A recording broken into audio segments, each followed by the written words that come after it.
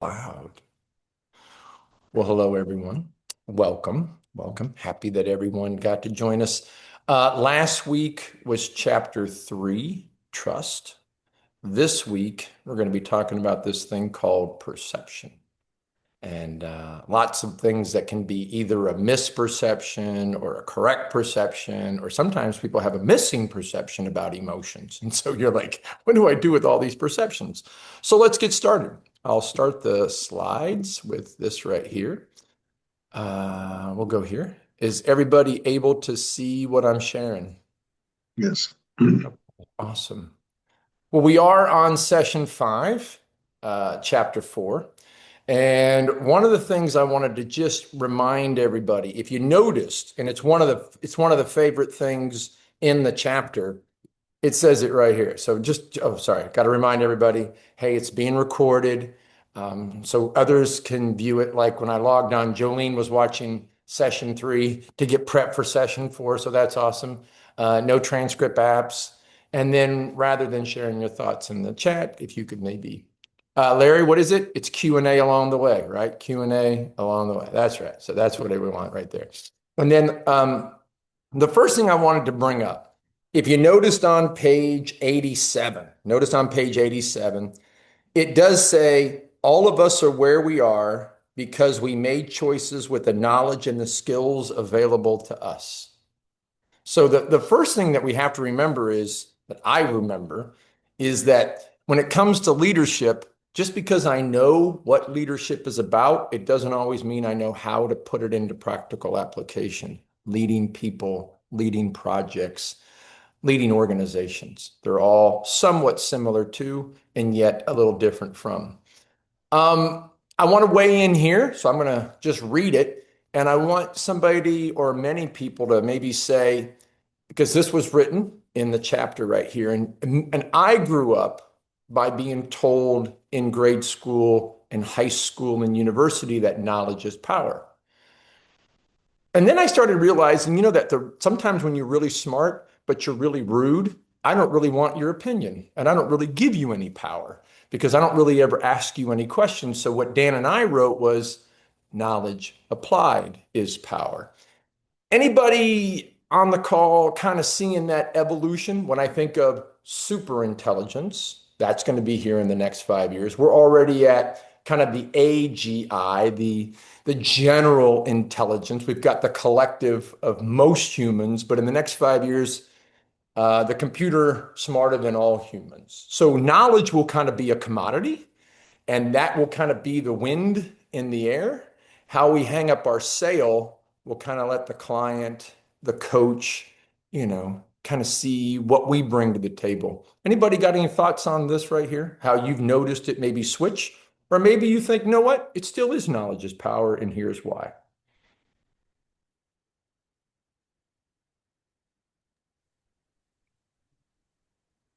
Yes, Sandy. Hey, good morning, Portland, Maine. Sorry, Melissa, same time.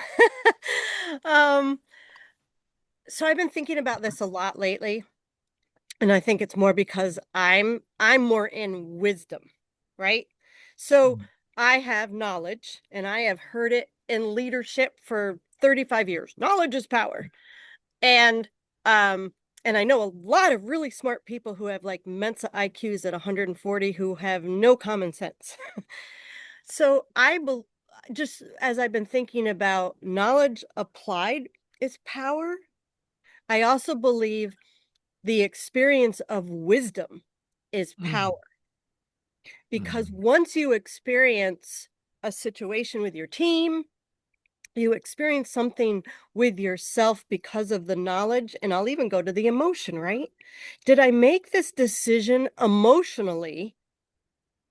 So mm, I think knowledge applied is power and as is beautiful. And I believe the wisdom mm. experience leads the way. Love it. Love it. Thank you. Thank you, Sandy. Yes, Jolene. These two sentences remind me of the emotional regulation chart where you have literacy and intelligence at the top, which is knowledge, and then at the bottom is agility and resilience, which is applied. So the action, so you can't just stop at the top or you will never be in choice. So that this reminds me of that beautiful diagram. Love it. I love it. Thank you. Anybody else? Anybody else? Okay. Yes. Melissa. I was just thinking about how when I first became aware of emotional intelligence several years back, the distinction that was being made in the workplace was how this was kind of what this principle is. So we have people in the workplace who are often very knowledgeable, very technically competent at what they do, but they have no ability to get along with people.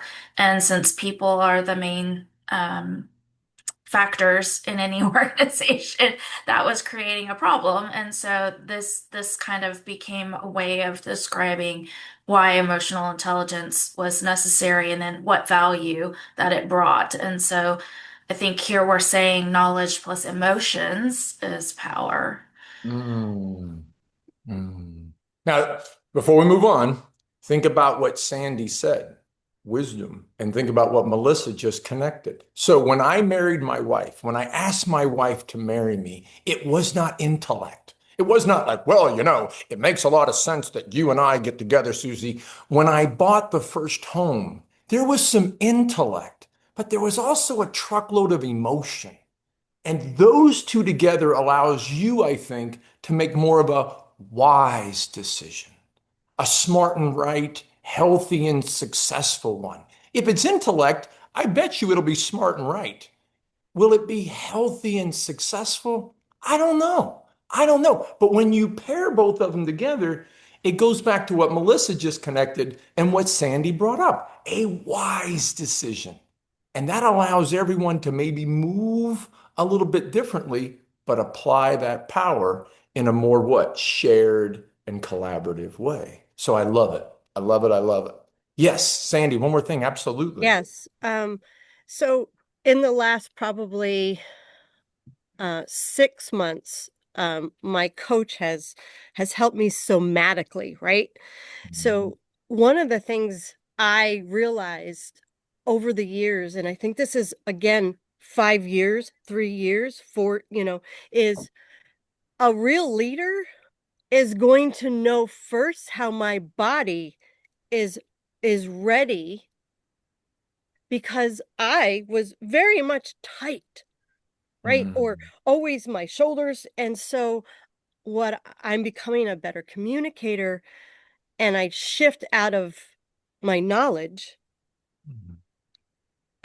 I recognize my emotion and then I go, how does it make me? How does my body respond to what I'm going to do next? And Mhm. I believe that's also going to be a big factor as people are becoming more about what is happening in my body at the same time. Mhm. Thank you. Thank you. If you look next, so the chapter really is about power. Now remember, power is neutral. Power is neutral. Power can be applied. Power can be applied in a very positive way, or maybe in a not so helpful way. So when you think of power, it's power perceived is power achieved. I have to see you as somebody. If you have to come up and tell me, hey, I'm the one in charge, we got a problem here. I should see you as the one in charge. If you have to come up and tell me, hey, I'm the leader of the group, well, I'm not quite seeing it that way. Perceived power is perceived achieved power. So it's who holds it, what creates it, and then how are emotions woven in? Is it power by iron fist? Or is it power by, hey, I'm going to walk behind and make sure everybody's with me? Two different approaches. Is it servant leadership or do as I say? Again, not saying one's better than the other. What I am saying is there are consequences for both. Now, one of the things we also think about is, and we talked about this on a practitioner call, awareness. I believe that everyone on this call, everyone in this meeting, everyone who's in this book club is in the perception awareness business. We're just spreading awareness. Now, what's awareness? That's helping people notice where emotions play in decision making, problem solving, and relationship building. What does that do? Well, if I didn't know that emotions played a big role in life, family, and career, I would never see it to be an option. I would never see it to be important. I would never see it to be something I should focus on or maybe work towards.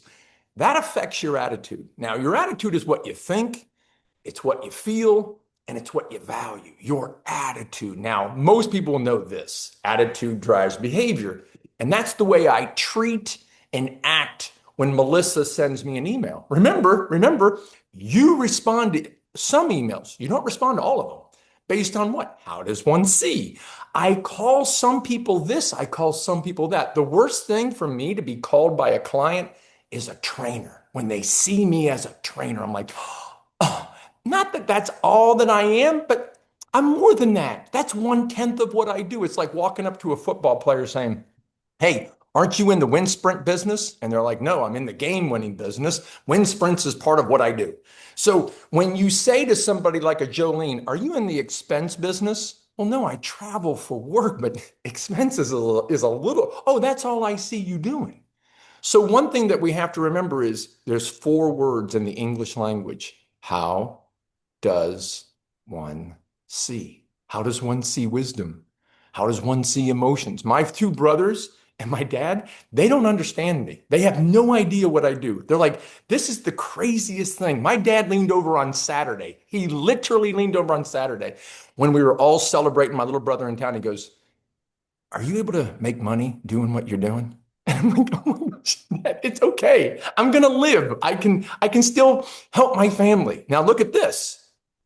Just because I change your attitude doesn't mean the elevator goes to the top floor. It doesn't. Hey, what do you think about voting? I think voting is my civic duty. Are you going to vote? No. Don't like either candidate. What do you think about texting and driving? I think it's terrible. Are you going to text while you drive? Yeah. Yeah, but I think it's bad. I think it's really bad. So just because I can change the way the human thinks and feels about leadership, about emotions, doesn't mean the elevator goes to the top floor. And what we're trying to really advocate is we're in the awareness business. And that's about it. Yep. I can help shape somebody's perception. I can maybe help influence their attitude, but I can't want it more than they do. I can't want you to be more emotionally regulated than you want to. So the idea is the elevator has to go to the top floor, and that's where Jolene comes in. That's where Sandy comes in. That's where Melissa comes in. That's where Larry comes in. That's where Marie comes in, and Brenda and Johan and Yasmin. We all are in the business of what? Influencing attitude to go straight to what? The actual behavior to increase what? The impact of what they're doing in life, in work, and in family. So I'm going to stop talking here. Thoughts and comments on. So remember, power perceived is power achieved. I have to see you having the power and sharing it versus you having the power and applying it in a way that's not comfortable for me. So most people, when I say the word power, they haven't had quite a good experience with that. And so they go, oh my gosh, power's bad. No, power's neutral. Mother Teresa, Hitler. We've got 2 different examples of applying it in 2 different ways that were what? Helpful and very hurtful.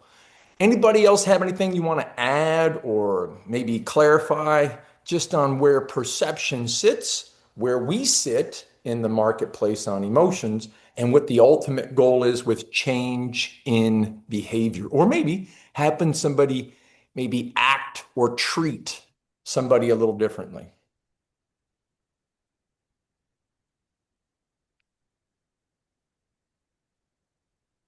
Yes, Sandy. Okay, Sandy, you're on Yep, mute. I know. Here we go. Back at you. Um, exactly why dignity is before all of, right, the books, because um you respect, right? I respect someone, however, I may not want to listen to them, right? So now I have this perception, right? Mhm. And I'm probably creating an attitude. And my behavior might be, I'm here because I have to listen and he's the boss, right? But when there's dignity, I respect this human for where he's at. And I think like respect is neutral, right? I don't have to like them, but I do respect their skill set, what they might bring to what they bring to the table. So my awareness, and I love that you this chart, right? My awareness is emotionally, where am I at? Am I Mm. in dignity? Mm. Because the rest follows it. Mm. Yeah. So sometimes people aren't even aware that there's a difference between the emotion of, like what Sandy said, respect and dignity. They think both are earned. And you're like, well, one's a human right. One might be that way. When I walk into a police department, the first place I go is dispatch. And I ask them one question. How does one see sworn? How does sworn treat you? Do they treat you? Do they see you as a first responder? Do they see you as part of the team? Because if they're not treated that way, they're definitely not seen that way. My wife wants to be treated like she's number one, like she's cherished. But if I see work to be more important, if I see others to be more important, then guess what? We're out of alignment. How does one see dictates how does one think and feel, which dictates how does one treat and regard. To the degree I regard you is to the degree I treat you. I see you with disdain, I treat you with disdain. I see you with dignity, so beget my ability to what? Act and treat in that regard. So treat, regard, treat, regard. Anything else? Anything else? Anybody else? Okay. Next idea. Next idea. We didn't talk about it last week and it broke my heart because we ran out of time and you guys brought great content, but I do want to bring it up this week. So when I first started in the arena of sales in the 70s and the 80s, we were taught this idea of a competitive relationship, win-lose. The trust level is low. Okay. A competitive relationship. The needs of two parties are in conflict. Oh, that's your bank account? Well, this is my bank account. Not saying that's wrong. Not saying that's wrong at all. Oh, you spent this? Wait till you see what I do with the next paycheck. Yeah. A competitive relationship says our needs are in conflict. The motivation to work together is win-lose. That's why some football players take a steroid. That's why sometimes in the NASCAR, they'll use a higher octane fuel just to try to see if they can what? Win that competitive edge. And the power is exercised. That's when you sometimes ask the client, well, what kind of budget do you have to achieve these goals and solve these problems? And like, I don't know. You figure it out. Tell me a price. And if it's even close, I won't beat you up that much. And you're like, oh, this sounds great. I can't wait to engage in this relationship. Wow, this sounds really good. There's rules and agreements about competition, and they bring about the element of what? A lower trust. Now, it's evolved. I grew up with Bert and Ernie and Snuffleupagus, and they talked about cooperation. Oh, Larry, we got to cooperate. We have to cooperate, which means it's a little bit more fair and equitable. So in competitive, win-lose, Sandy gets the dollar, I get nothing. In a cooperative relationship, Sandy might get 80 cents, I might get 20 cents, as long as we think it's what? Fair and equitable. And the trust level is moderate. It's like when we first got married, my wife and I, she would say, we're roommates. We just get along, right? We're just roommates. And so it wasn't competitive until she drank all my beer, but it was more of a cooperative kind of a relationship. But here's where we are today, collaborative. And collaborative says in 1997, J.D. Powers was the first one in the United States to bring this term to the marketplace. And it said, if you don't collaborate with your customers, somebody else will. The only thing I want you to realize is trust at a competitive level is low. Trust at a cooperative level is a little bit more moderate. And trust at the collaborative level is implicit. It's not even asked. So we never ask each other anymore, hey, what's this on the credit card? It's just implied. It's okay. No one's here to steal the money. So power is shared. My wife will call me. Don't forget, you're on the road. It's your son's birthday today. Give him a call. Say, hey, happy birthday. I love you. Bye. That's power shared. That's power shared. Legitimacy. Dan, when I log on with Dan to a client that he knows that I don't know, he shares his power. He shares the power of relationship, the power of legitimacy, the power of insight. He shares it so beautifully, so naturally, so wonderfully. Everybody feels what? Whole and equal on the same call where I don't know who these people are, and vice versa. So I'm going to stop talking here. Any thoughts and comments? Now we're weaving in last week's trust to this week's power. Trust at the collaborative level, power is what? Implicit. It's shared. Power, trust at the cooperative level, power is balanced. And then power at the competitive level is exercised. It's exercised on you, not with you. Any thoughts and comments on this before we move on? Anybody ever heard the word vendor? Tell me which one vendor is. Which one's vendor? If you had to pick of the three, which one's vendor? When someone calls you a vendor.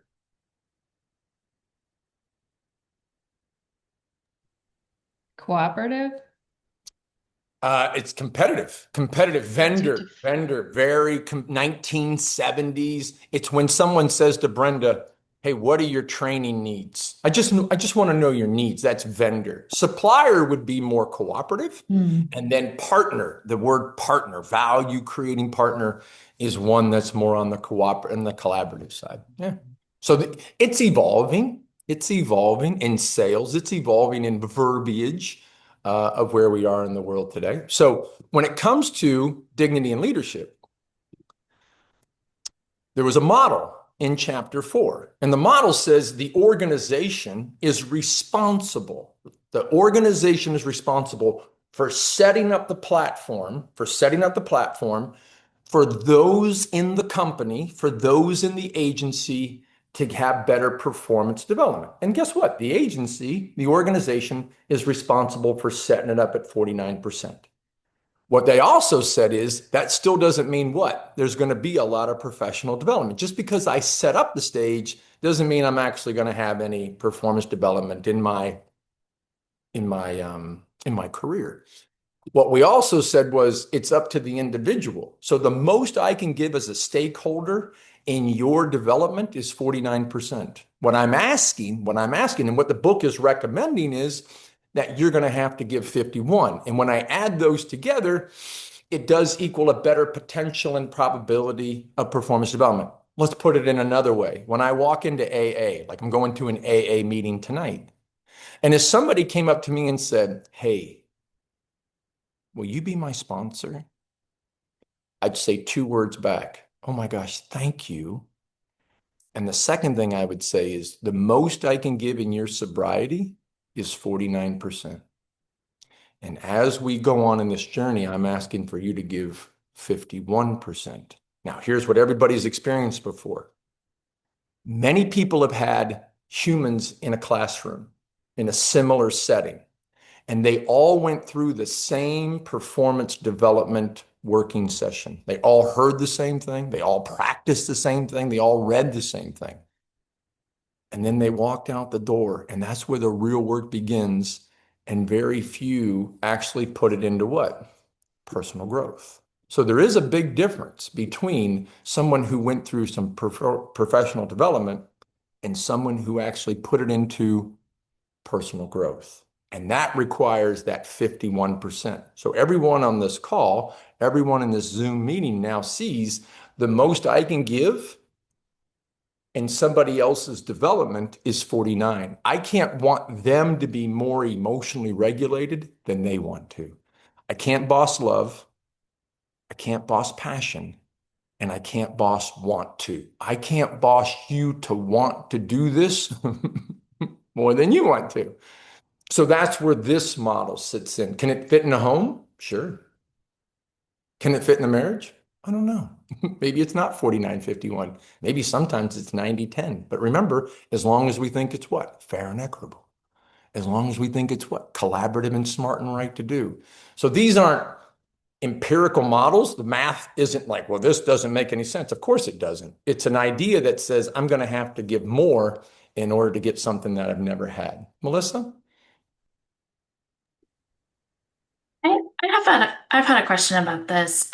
So when you guys are visualizing the 49% given by the organization, is that um, primarily falling on the leaders of the organization, or is that the leaders and the other structures within it, like the vision, the mission, the values, the culture? What kind of makes up that 49% of organization? What I've experienced is three things. The organization has to allocate the people. In other words, they have to kind of let them go from work to go and learn more. It has to be part of their development plan. So people, that has to be the organization's priority. And if it is, then they will make the time. They won't say, up, we have a crisis, get back over here. We need you. You can no longer go there. So I think the people. Number two is the time. How long is dignity and leadership? It's 4 hours. Can't do it. Can you do it in 30 minutes? How about 1 minute intervals for the next 7 years? Every day they log on for 1 minute, you wow them, and then we log off and get back to work. Can't give you the time. Nope, can't do it. What else you got? You're not going to make the time? Nope, not going to make the time. Too many other things out there important. Now we say development, but we don't make the time for it. So I got to allocate the people. I got to protect the time. And the third thing, budget. Budget. That's too much. What can we get for a half a book and a quarter deck of the Amori cards? What can we get for that? Can you digitize them and just send them to us? What Melissa charges this much per hour? Can't do it. Can we have like a bake sale and then we auction off a one-on-one with you? So it's people, it's time, and it's money. And Melissa, in my opinion, those are the only three assets a company has. Those are the only three assets a police department has. Those are the only three assets a family has. In church, they call it time, talent, and treasure. Ah, yes. The time, talent, and the treasure. Give back to your parish in one of those three, two of those three. But boy, three of three, that would be amazing. That would be amazing. So that's what I'm saying when we talk about organization giving 49%. I got to protect the people. You said I could go. Please let me go. Create the time, not find the time, make the time, and then protect it and allocate the budget before it's needed and necessary, and not try to do what? Chintz it on the back end. You know what I mean? Is that helpful in what we're talking about? Okay. Great clarifying question. Love it. Anybody else on this slide here? Okay. Next one, the next model that we see in chapter 4. Yasmin is waving. Yeah, I want to talk. Sorry, I didn't see. Yeah, I didn't somehow see. I couldn't raise my hand on time. No worries. I'm going Yeah. back. It's all you. Thanks, Larry. Hi, Yasmin. Yes, hi. So, Marcel, while you were explaining the whole thing, I just put this equation on a typical change project. You know, when the company is trying to implement a change project, and this equation fits so well. You know, so the organization can work on awareness about the project. You know, it will give the budget to the project, and we will also conduct all the training programs, and we will put the rewards and recognition in place. But all of that will contribute only to the 49%. But the actual desire to change will come only from the people, and that's always a very, very personal choice. And only then it will be a final successful transformation, or, you know, a successful change project. So whatever the organization does, it will always be only 45% unless people really want to have that desire to make that project successful. So just a thought that came to my mind. Oh, I don't know. And so I can show up to every meeting. I can be prepared for every single time I meet to walk another human through the 12 steps. And they show up late, or they don't show up at Yep. all, or they show up and haven't done the work. No judgment. What I do know is we're not going to get a lot of what? Growth. We're not going to get a lot of development based on that. So Yasmin, I think you're exactly right.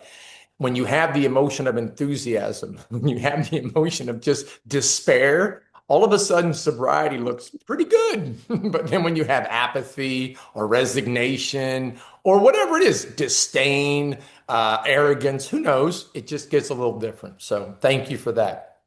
Yep. Oh, Larry, go ahead, sir. Yes, yes, yes. Do you sustain your 49% when you don't have a 51% response? Do you stay at that level, or do you pull it back to say, as you give less and less, I'm no longer giving 49% because that seems a lot to somebody who's given 20%. And I think that goes back to treat regard. One thing I've learned is I'll be tolerant, very tolerant on results. I'm very intolerant on action. So when I see action goes down, guess what? My action might be going down too, to do what? Please let me go. Let me go and help somebody else who wants to get sober. Let's not stick around here and do this real pretend like I'm really pretending to get sober and so am I. And we waste an hour because when I say yes to you, I've said no to the rest of the world. Let me go. Let me go. Now, there is a time period for that, and that is required based on your tolerance and based on your dignity of where you want to go and invest time. But I do agree with you, Larry, 100%. Yeah. Next model. This is called our foundational model. Just in case you ever wanted to know the nomenclature of where this sits inside of Dignity Inc., this is the foundational model that all of us mostly have seen, and that is competence. So when I went to high school, I was going to high school, I went to a Catholic grade school, and I went to university to become a competent human being. I wanted to be trained. I wanted to get a trade. I wanted to become an expert at something to go and do what? Get a job, get a job. But what we're learning is that doesn't always mean that happens. Yeah. So just because I'm competent and I know what to do, it doesn't mean I'm always going to behave that way. Yeah. And so we've learned that emotions play a big role in the actions that we take, decision making, problem solving, relationship building. And when you add them together, notice what it says, only you can regulate you. Now, in the business world, on this call, there's not one person looking at this going, that's confusing. I don't know if that's true. No one's doing that. But here's what it's like when you go out into the business world. In the business world, we shared on the practitioner call, we are now linking all the challenges of an NGO in the UK to emotions. See? The competence is, hey, we've been trained to do with what? Low head count. That's the challenge. What emotions would bring that to? What emotions would better help us out of here? So it's not a big stretch. It's saying Marcel went to school and he was measured on his class rank. His GPA is an SAT score. And guess what? My action was, let's go in the Army because no university wanted me. And that's a fact. And that's okay.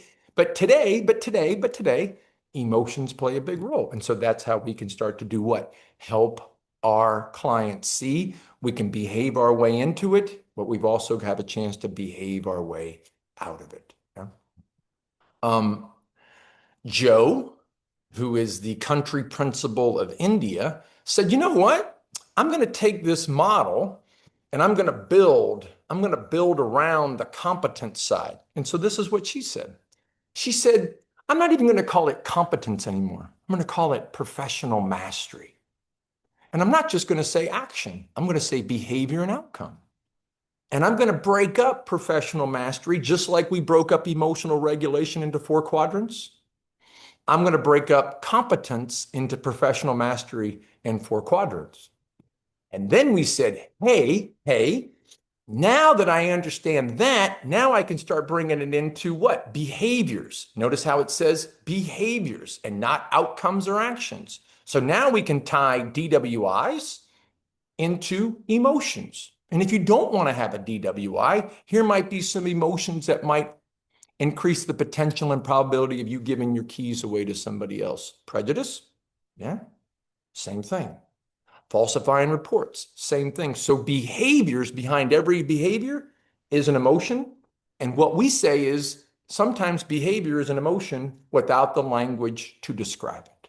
Let's give everybody a language to describe the behavior and maybe the emotion that was tied to it versus this. I didn't include it. Sorry about that. I was going to include a police report that the police chief, so in Illinois, in Glen and is it Glen Heights? Glen Heights, Illinois, I think it is. Arlington Heights, Illinois. A student resource officer went into the men's room. He took out his weapon and he set it on the restroom counter where you wash your hands. And he went to the restroom. He left and he left his sidearm in the restroom. And at the end of the day, this is 3 months ago when school was still in session, he realized his sidearm was gone. And he told his chief, and the chief said, school's closed, go check. He went and checked, weapon was gone. They had to call in the sheriffs. They still haven't found it. The next day, the chief came out and said, what an embarrassment. That was the headline. What an embarrassment. And here's what he said he's going to do. He's going to go, and he's going to do a full report on the policy. They're going to do a full investigation on the policy. And I'm like, well, wait a minute. Do you think he put his weapon down like, I'm going to forget what gun safety is about, guys. I'm going to totally forget that for 8 hours. No, I don't think we should fix the policy. We ought to go back and do what? Have a conversation about, was it urgency? Was it complacency? What was it? What the behavior was here. It wasn't, okay, gang, you see what we did? And if you walk into the men's room and you leave your sidearm there, you're fired. We good? Everybody good? Okay, we did a full-on investigation. The policy has been corrected. Let's move forward and not be knuckleheads like that ever again. So it happens. And it happens just like that. So when it comes to the idea, in closing, organizations create conditions, but individuals create the culture.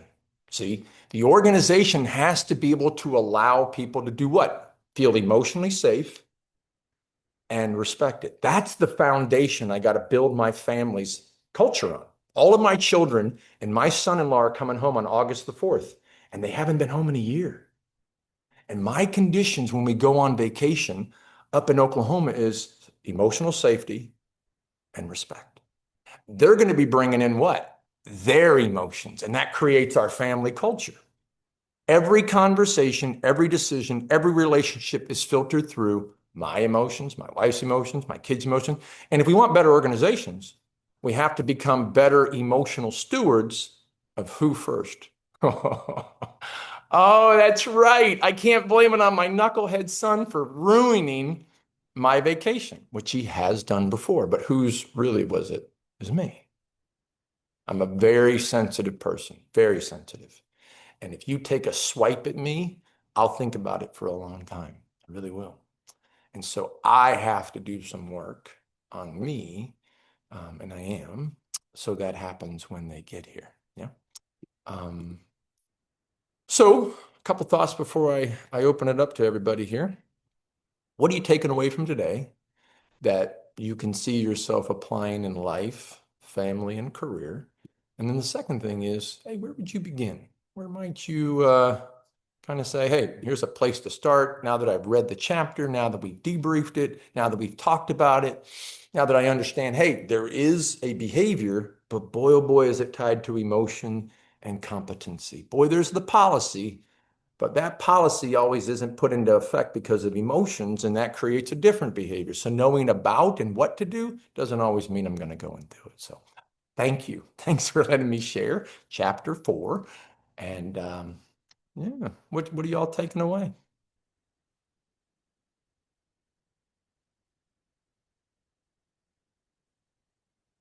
Johan, hello. Hello. Um, so I wrote down some notes. I think the first one was the understand the root cause of the wounds, or be aware that someone may have a root cause that you can't see. And that was basically meet people where they are. So is this a competitive? Is this cooperative? Is this collaboration? Adjust the energy accordingly. Do I need to give you a full battery, which I like that analogy, or is it, you know what, my energy is going to meet you here at this, and that's what we need. Love it. I like what Sandy said in terms of my takeaway was, are we coming from judgment or love? Mm. That's what I took away from her work, the words. And then for me, it's seeing through spiritual eyes, not just physical eyes.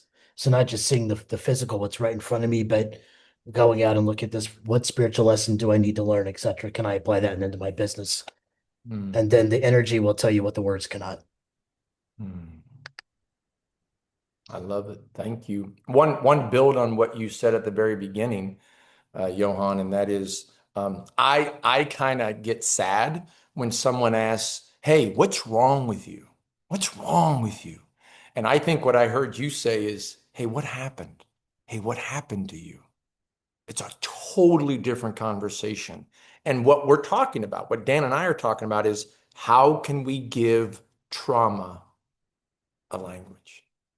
Boy, if we can give emotions a language, then we can give trauma a language. And that says, woof, that says one person can describe, here's what happened to me. And only one, not 10, one can say, yeah, that sounds hard. That sounds big. That sounds heavy. Hmm. Not trying to fix, but what happened to you is completely different than what's wrong with you. And I think that's a different question that maybe we can ask as we're working with and meeting people where they need to be met, both intellectually and emotionally. So, yeah, thank you. Thanks for bringing that up. Yeah. Jolene. My favorite sentence in the chapter is it's the leader's job to create the environment, but they are not responsible for all of the results. Every individual is part of that. So that goes back to that 4951. But what that reminds me of in Canada, in my experience, is during the pandemic, leaders are burning out. They don't want to be leaders anymore. They're stepping back, staying in industry, never want to lead people. But it's we're giving all leaders this training, but not the people. And then we're expecting them to hold the weight. And I think I see that all the time is they'll budget for the leaders training, but not the team. And where's that 49%? You're not giving them any resources. So I think this is a really beautiful model to make sure we get the teams involved in emotional regulation training as well. I love it. Thank you. Another way to say what Jolene said in a mathematical equation is 10 times 10 times 10 times 10 times 10 is 100,000. All teams are involved. Every part of the organization is in. If you leave one of them out, 10 times 10 times 10 times 10 times 5, that's 50,000. Or think of a team where one person's kind of got this attitude of resignation or just apathy, but the leader doesn't correct. And everybody else is firing on all pistons. We're all in it together. And I've got one who's not really fully there. That requires me to have a what? A candid conversation, a tough talk. We got to bring them back on track. Got to get them with us. And the opposite of with is without. And without means to ignore. And if I start to permit it, then I start to promote it. And I can't change what I tolerate. So these are things that are also coming up based on what Jolene just said. Thanks, Jolene. Love it. Melissa. So I was really struck by your example at the end of the police chief with his statement regarding what had happened with the officer in the restroom. And Jolene, actually, thank you. You kind of lent some insight to me in that. I was questioning why the chief's emotion response to that was embarrassment. Because when you look at it through an emotional lens, people are human with human emotions, and those are what drive mistakes, right? Like, very few of us wake up in the morning deciding to make mistakes, deciding that we're going to go do the wrong thing. So, those emotions are what lead us there. But to kind of combine that with what Jolene is saying, I've been disturbed in law enforcement specifically. We see a lot of that dynamic where leaders, we call it vicarious liability. So as a sergeant, as a chief, you are responsible for the actions or inactions of those that are under you. And it creates so much anxiety, so much stress, so much burnout because that's literally humanly impossible for us to be 100% responsible for the actions of others.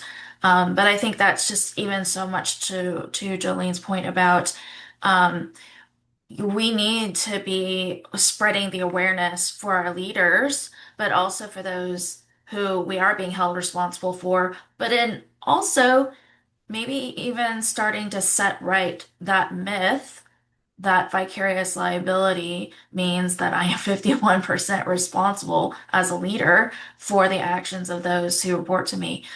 So there needs to be a paradigm shift, I think, there. Thank you. Thank you. Wow. Sandy? I put my hand down because I was listening to Melissa. I was one of the things is stories sell and facts tell. So when you shared the story of what happened right from he laid his gun down, but then when the person in charge, the chief, and you said, was the man in urgency? Was he in complacency? Like how that story, I was going to call you Dan because I looked at your name, Marcel. Oh, dang it. I should have Ah, changed my name. Thanks, yeah. Sandy.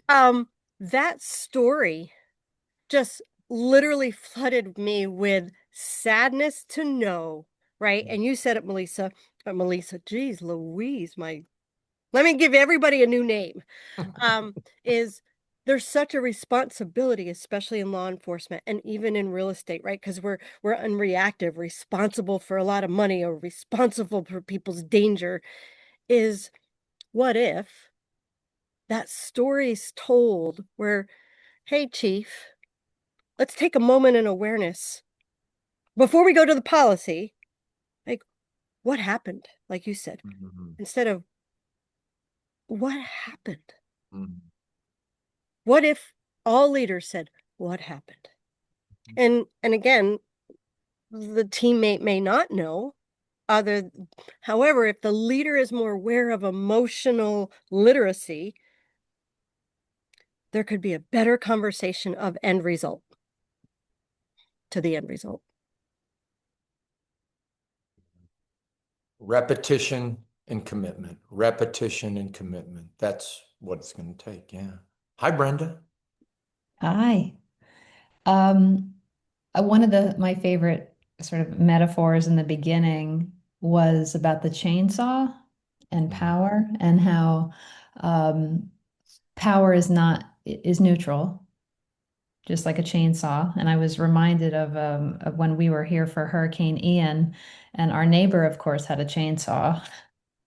And he helped out the whole neighborhood, like cutting down trees that were blocking the neighborhood. And he was using that chainsaw in such a helpful way. And of course, it can be just like so many examples in leadership, it can be used for good or not good.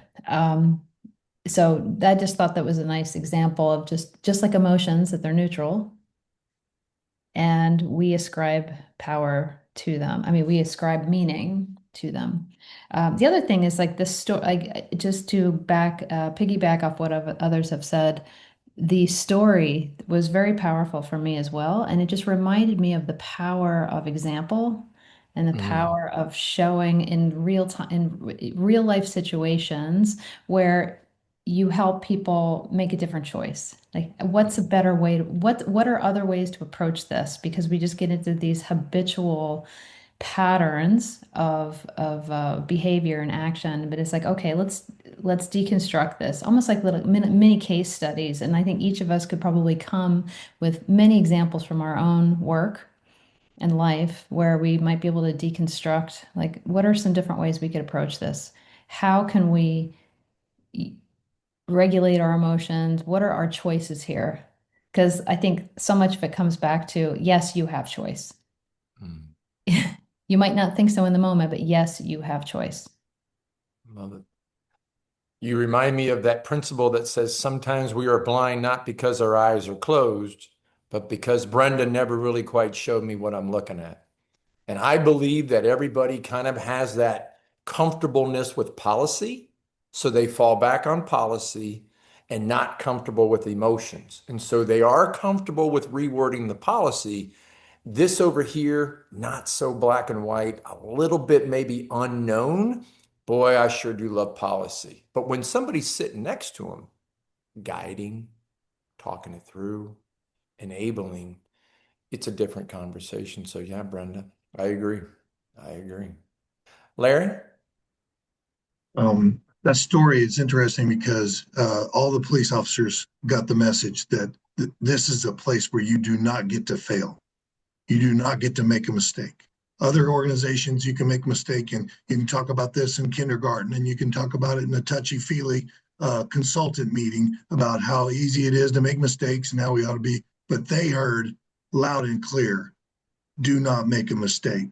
You are not allowed to make a mistake. And if you do, the world will know they're embarrassed about you. And so that story hit me strong with just the organizational inability to deal with mistakes.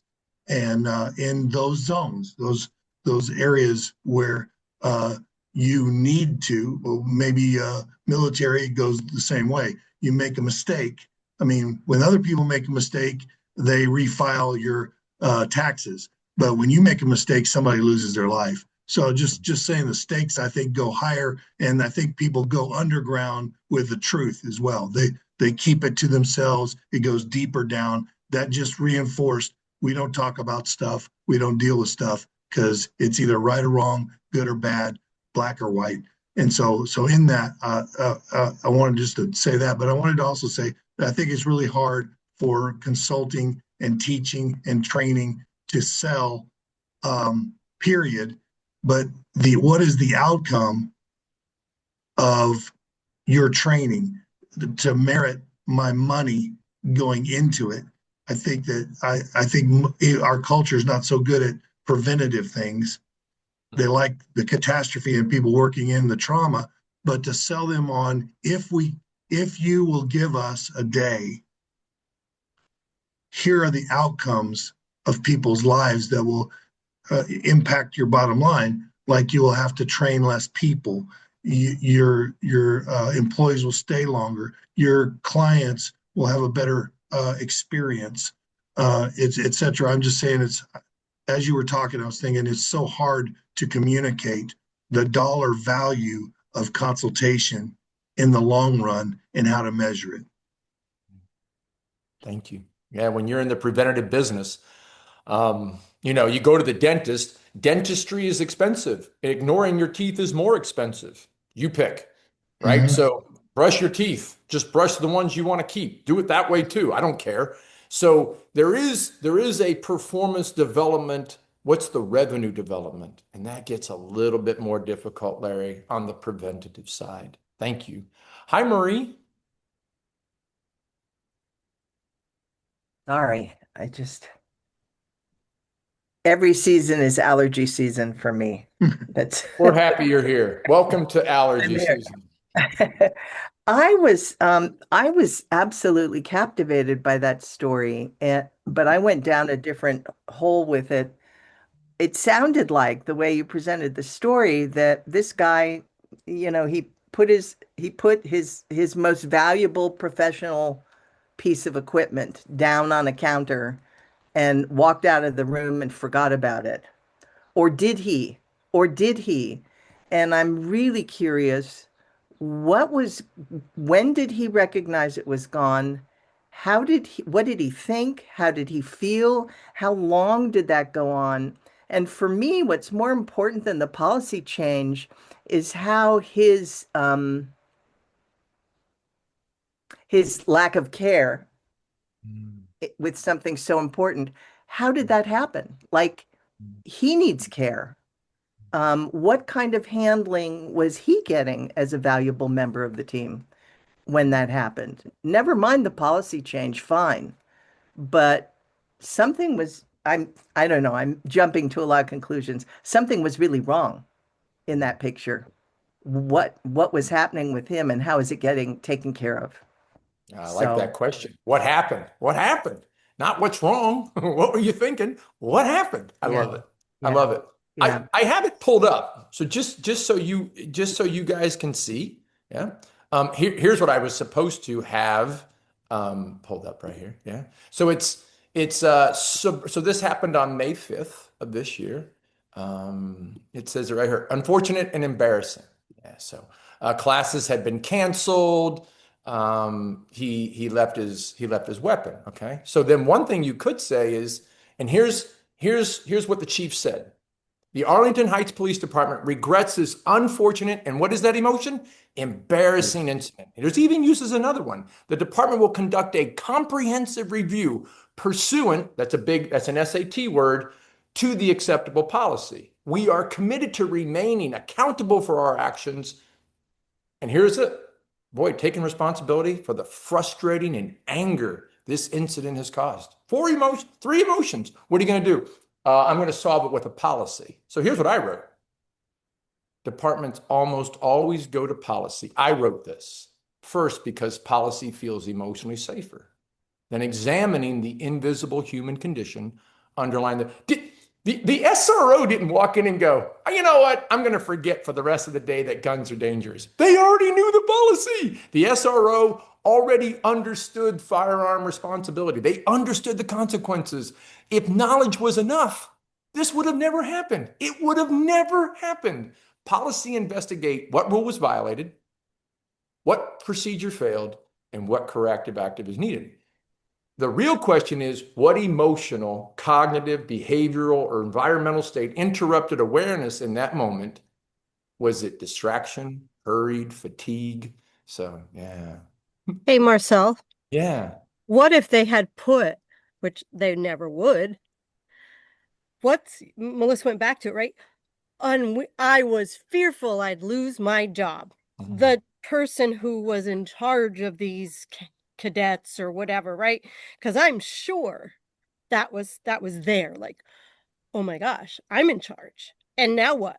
So, right, yes, I'm embarrassed. Blah blah. But wow, did fear come into that picture? Mhm. Hey, we got to hear from everybody, but Yasmin, anything for you before we log off for the day and you call it an evening?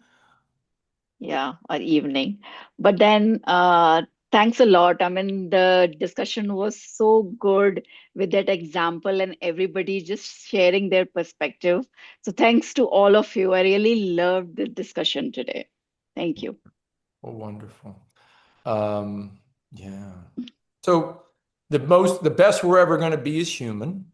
And thank you all. So thanks for getting up, getting out, getting here, staying up. Next week, chapter 5, same bat place, same bat time.